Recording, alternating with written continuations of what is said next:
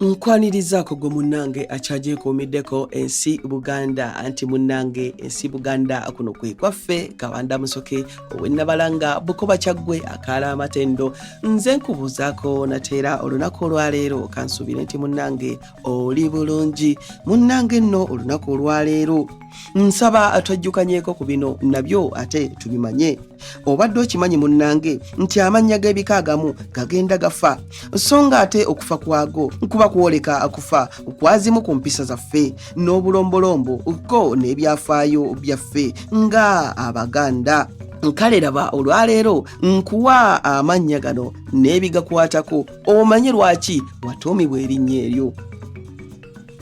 Erinnya Nakiboneka.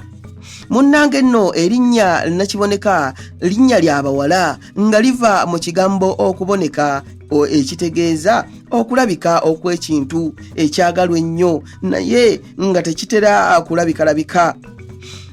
Okuboneka kukozesebwa nnyo ku mwezi ne ku kabaka.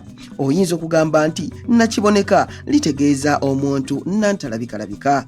Ebyo nno osiibisuseekaawo wabula munzikirize nzire ennabalanga Bukoba Kyaggwe tuddiŋŋana ate mu kitundu ekirala ng'ate munnange nkuwa ebirala. Ayi Katonda kuuma Namulondo.